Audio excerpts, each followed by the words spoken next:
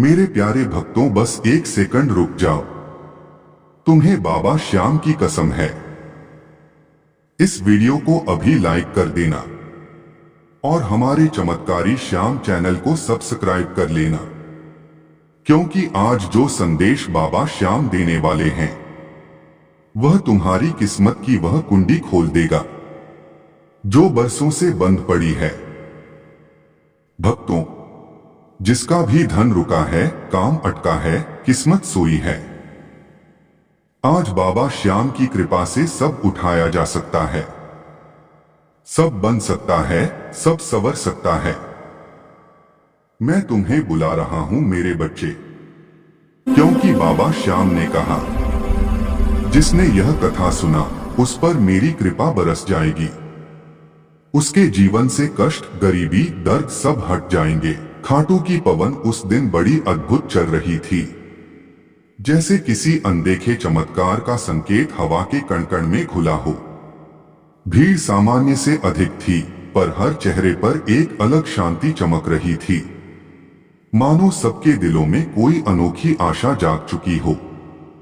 इसी भीड़ के बीच एक युवक चल रहा था, नाम था अर्जुन। वह वर्षों से बंधनों में जकड़ा हुआ था, कर्ज, परिवार की समस्याएं, व्यापार की चिंता और मन का वह बोझ जिसे वह किसी से कह भी नहीं पाता था।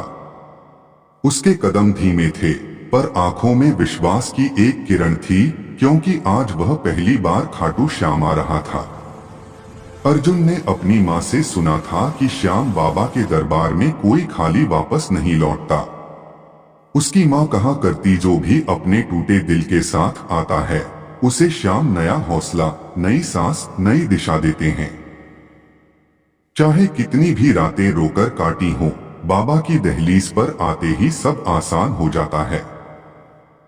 अर्जुन इन्हीं बातों को याद करते हुए आगे बढ़ रहा था। जब वह खाटू नगरी के करीब पहुंचा तो उसे पहली बार एहसास हुआ कि यह कोई साधारण स्थान नहीं है। दुकानें, लोग, आरती की घंटियां, भजन, नंदी बैल की घंटियों का ताल और हवा में बिखरी श्याम नाम की धड़कन सब मिलकर एक ऐसा वातावरण बना रहे थे जो उसकी थकी आत्मा को भीतर तक छू रहा था। उसकी आंखें नम होने लगी, पर कदम तेज।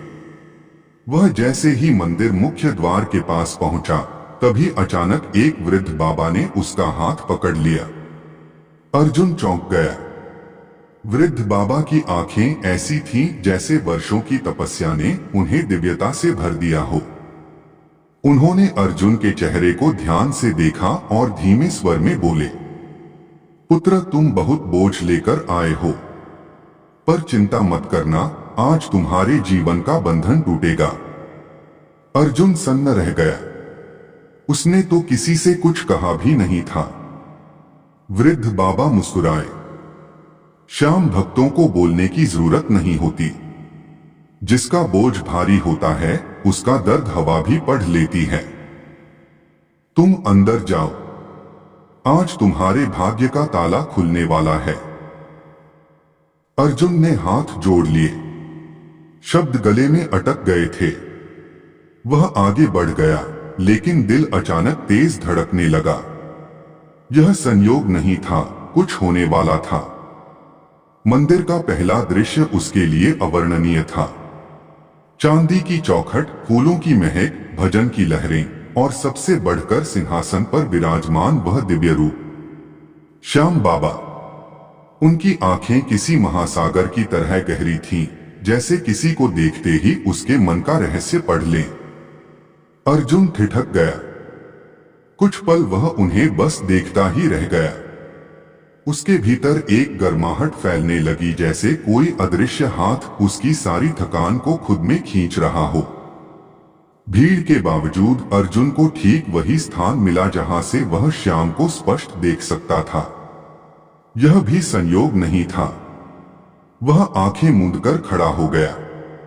तभी उसके कानों में एक अनसुनी आवाज गूंजी। कोई बोल नहीं रहा था, पर आवाज साफ थी, पुत्र, तू आ गया।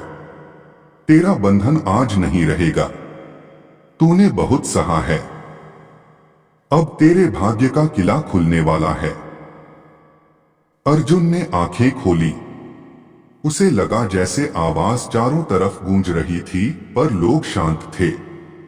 भजन चल रहा था, पर आवाज किसी और दुनिया से आई थी। अर्जुन की सांसें तेज हो गईं। उसने हाथ जोड़कर श्याम के चरणों की ओर देखा। चरणों में रोशनी फैल रही थी, जैसे कोई तेज हल्की सी लहर निकलकर उसकी ओर आ रही हो। उसी क्षण आरती शुरू हुई। पूरा परिसर हारे का सहारा की ध्वनि से भर गया।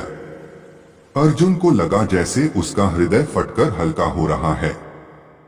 वह खुद से कह रहा था, हे श्याम, अगर आप सच में मेरी बात सुनते हैं तो बस एक बार मेरा बंधन काट दीजिए। मैं टूट चुका हूं।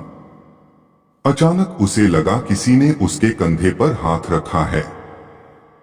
उसने पीछे देखा, कोई नहीं था, पर वह स्पर्श बिल्कुल वास्तविक था, सुकून भरा, गर्म, जैसे कोई पिता अपने पुत्र के कंधे पर कह रहा हो, चिंता मत कर, मैं हूं। एक आंसू उसकी आंख से निकलकर जमीन पर गिर गया और उसी क्षण कथा का चमत्कारी मोड़ शुरू हुआ। मंदिर की आरती की लौ जब चारों दिशाओं में फैल रही थी, अर्जुन पूरी तरह वहीं खो गया था। उसका हृदय अब तक जितना भारी था, उस आरती की रोशनी में धीरे धीरे पिघलने लगा था। वह खुद को रोक नहीं पाया और धीरे से बोला, हे श्याम, मुझे अपना बना लो। मैं टूट चुका हूं, मगर आप सब जान लेते हो। आप ही मुझे संभाल सकते हो। सिंहासन पर बैठे बाबा श्याम के मुख पर एक अद्भुत आभा थी। ऐसा लगता था जैसे उनकी मुस्कान केवल अर्जुन की ओर ही देख रही हो। हवा में घुंघरुओं की सी हल्की ध्वनि उठी। बाहर कहीं से एक सुहानी बयार आई। कोई अज्ञात शक्ति अर्जुन की आत्मा को सहला रही थी। उसका मन हल्का होने लगा और आंखें खुद ब खुद नम होकर बंद कांप रही थीं। भीड़ धीरे धीरे हिलने लगी थी। लोग आरती के बाद प्रसाद लेने को कतार में जा रहे थे, मगर अर्जुन वहीं खड़ा रहा। उसके पांव जैसे जमीन में धंस गए थे।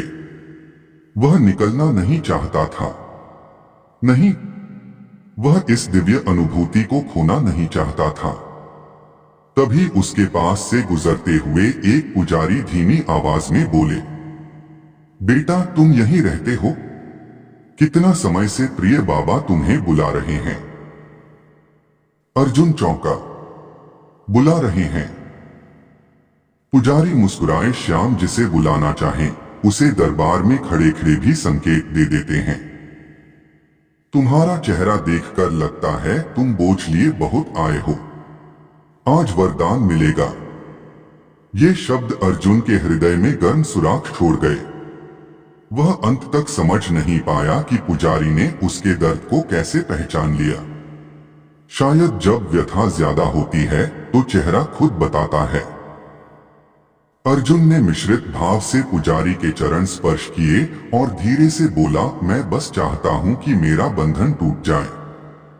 पुजारी ने हाथ उठाकर आशीर्वाद दिया, जो सच्ची पीड़ा लेकर आता है उसे बाबा खाली नहीं लौटाते। तू प्रसादी ले, तेरे अंदर कुछ बदलेगा।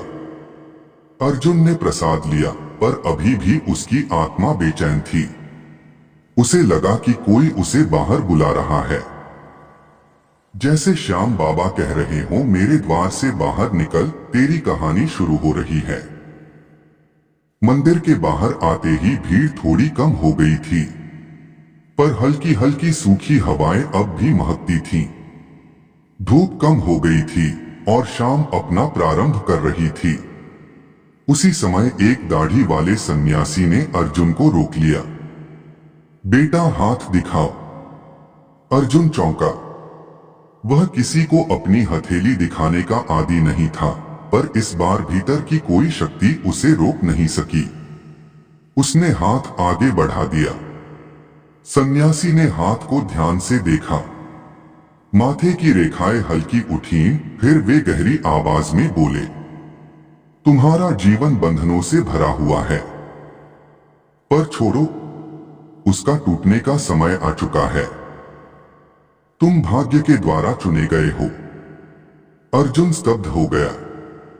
वह सोच नहीं पा रहा था कि यह सब क्या है, बाबा का संकेत, पुजारी की बात और अब एक अनजानी हस्ती का भविष्यवाणी जैसा कहना। सन्यासी थोड़ा और बोले, आज रात तुम्हें खाटू नगरी में रुकना होगा। जो दिखे उससे घबराना मत, जो सुनो उससे भागना मत।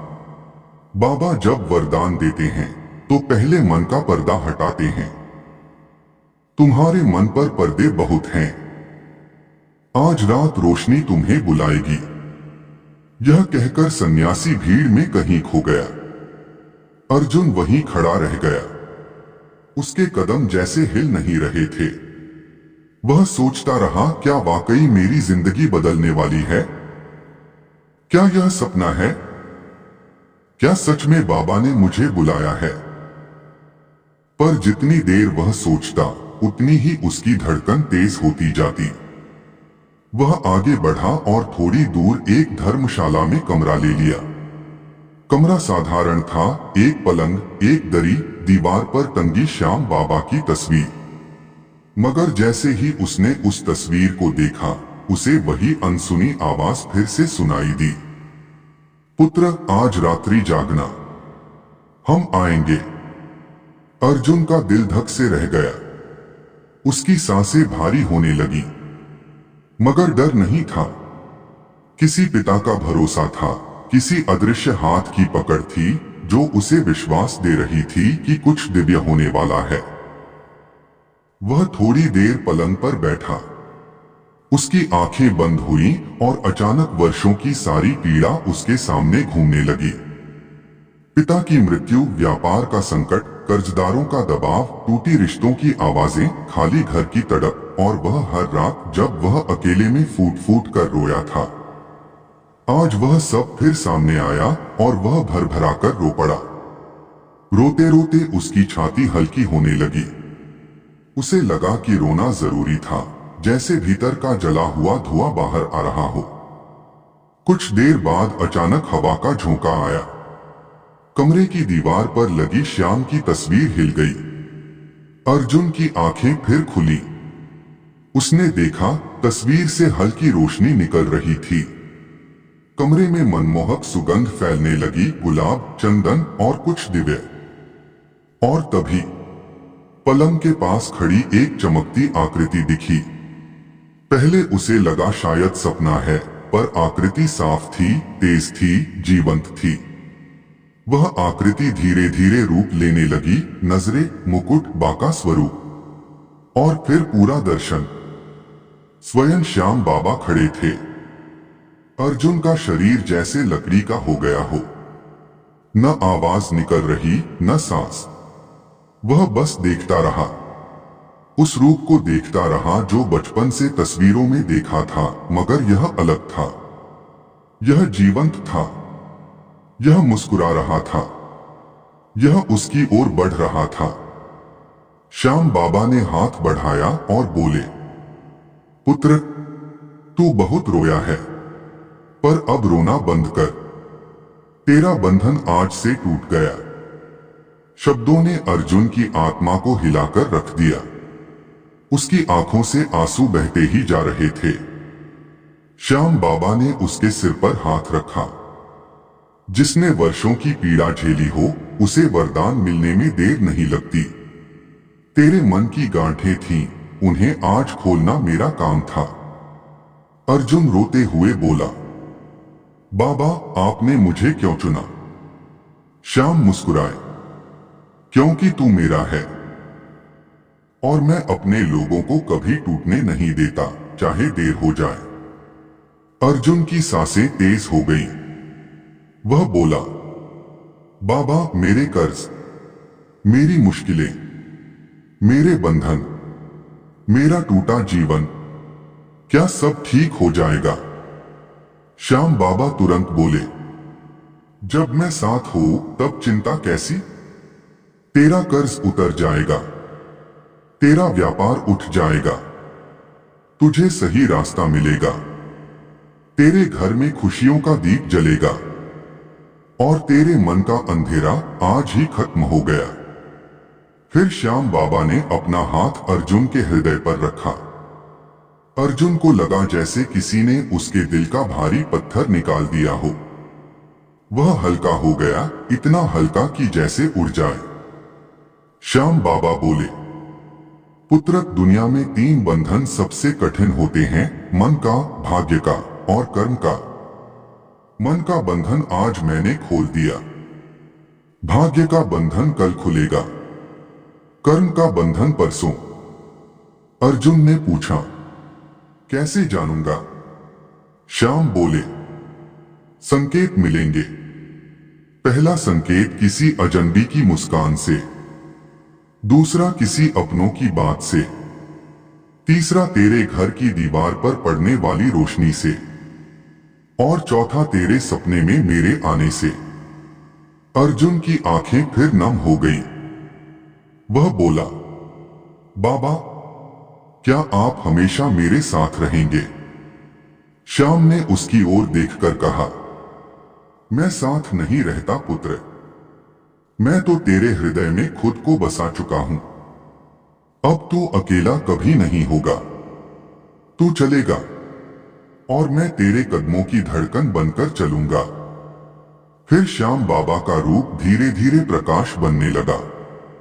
कमरा उजाला हो गया। चारों तरफ से घंटियों की ध्वनि उठने लगी। सुगंध फैल गई और अगले ही पल रूप अदृश्य हो गया। अर्जुन वहीं बैठा था, रोशनी में, आंसू में, चमत्कार में डूबा हुआ। वह समझ गया, उसके जीवन का बंधन वास्तव में टूट चुका है। उसी रात उसे पहली बार वर्षों बाद चैन की नींद आई। सुबह जब वह उठा, उसकी आंखों में तेज था, उसकी चाल में आत्मविश्वास था, उसका मन हल्का था, उसके चेहरे पर मुस्कान थी। वह जान गया, श्याम बाबा ने केवल एक दर्शन नहीं दिया, बल्कि उसका पूरा भाग्य बदलने के लिए संकेत दिया है। अर्जुन के जीवन की असली शुरुआत अब होने वाली थी। कहानी अब मोड़ लेने वाली थी। कर्म और भाग्य की गांठें खुलने वाली थीं। शाम का खेल शुरू हो चुका था। सुबह की पहली किरण कमरे की दीवार पर पड़ी तो अर्जुन की आंख खुली। उसे लगा जैसे दीवार से कोई अदृश्य चमक उसके चेहरे पर आ रही हो। रात के दिव्य दर्शन ने उसके भीतर जो रोशनी जगाई थी, वह अभी भी ताजा थी। कमरे के कोने में रखी धूप बत्ती खुद ब खुद बुझ गई थी, लेकिन उसकी महक अभी भी हवा में तैर रही थी। अर्जुन उठकर बैठा और कुछ पलों तक शांत होकर सांसें लेता रहा। उसे ऐसा लग रहा था जैसे उसके सीने से वर्षों का बोझ किसी ने खींचकर अलग रख दिया हो। वह खिड़की के पास गया और बाहर झांका। खाटू नगरी जैसे आज अलग ही स्वरूप में थी। हवा हल्की थी, पर उसमें एक अदृश्य स्पंदन था, जैसे दुनिया उसके लिए नई खुल रही हो। अर्जुन को याद आया, श्याम बाबा ने कहा था कि आज उसके भाग्य का बंधन खुलेगा। वह धीरे से मुस्कुराया और मन ही मन बोला, बाबा, आज क्या संकेत देंगे आप? उसी समय नीचे सड़क पर एक व्यक्ति अचानक उसे देखकर मुस्कुराया। बिल्कुल अनजान, लेकिन मुस्कान बहुत आत्मीय। अर्जुन को तुरंत बाबा की बात याद आई। पहला संकेत किसी अजनबी की मुस्कान से। अर्जुन का दिल धक से रह गया। संकेत तो मिल चुका था, अब चमत्कारों की कड़ी आगे बढ़ने वाली थी। वह जल्दी से तैयार हुआ और मंदिर की तरफ चल दिया। चलते हुए उसे महसूस हो रहा था कि आज दुनिया उसे नई दृष्टि से देख रही है। वह जैसे ही मंदिर के द्वार पर पहुंचा, एक बुजुर्ग भजन गाते हुए उसकी ओर देखे और बोले, आ गया बेटा, आज बहुत हल्का लग रहा है न? श्याम ने तुझे बुलाया है। अर्जुन चौंक गया। यह बुजुर्ग उसे कैसे जानते थे? वह तो पहली बार खाटू आया था। अर्जुन ने जवाब दिया, आप मुझे पहचानते हैं? बुजुर्ग ने धीमे स्वर में कहा, पहचानने के लिए नाम नहीं चाहिए बेटा। जिसे श्याम बुलाते हैं, उसकी पहचान हम दूर से ही कर लेते हैं। तेरे ऊपर कृपा का प्रकाश साफ दिख रहा है। अर्जुन के शरीर में एक कंपन सी उठी। वह बुजुर्ग की बात नहीं समझ पा रहा था, लेकिन एक बात साफ थी, श्याम की लीला शुरू हो चुकी थी। भजन, घंटियों की आवाज, चंदन की सुगंध, सब मिलकर मंदिर के वातावरण को दिव्यमय बना रहे थे।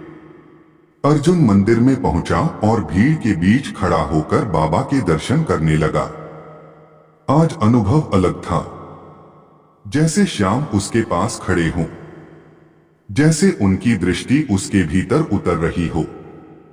उसने आंखें बंद की और मन में बोला, बाबा, आपने कहा था कि दूसरा संकेत अपनों की बात से मिलेगा। कौन आएगा? अचानक एक हाथ उसके कंधे पर पड़ा। अर्जुन ने पीछे मुड़कर देखा। वह उसका पुराना मित्र निखिल था, जिससे वह वर्षों से नहीं मिला था। निखिल कह रहा था, अरे अर्जुन, तू यहां? मैं तो तेरी ही तलाश में था। तू इतना परेशान था, बताया ही नहीं। चल बाहर बैठकर बात करते हैं। मुझे तेरे लिए कुछ जरूरी कहना है। अर्जुन विस्मित रह गया। दूसरा संकेत भी पूरा हो चुका था। अपनों की बात से दोनों मंदिर के बाहर पेड़ों की छाया में बैठ गए। निखिल बोला, देख भाई, तूने अपने जीवन में बहुत संघर्ष किया है। तूने कारोबार में मेहनत भी बहुत की, पर समय साथ नहीं दे रहा था। आज मैं एक बात स्पष्ट बताने आया हूं। मेरे पास एक प्रोजेक्ट है जिसमें मुझे किसी भरोसेमंद इंसान की जरूरत है। तू मेरे साथ जुड़ जा। सारा जोखिम मैं लूंगा, लेकिन लाभ हम दोनों का होगा।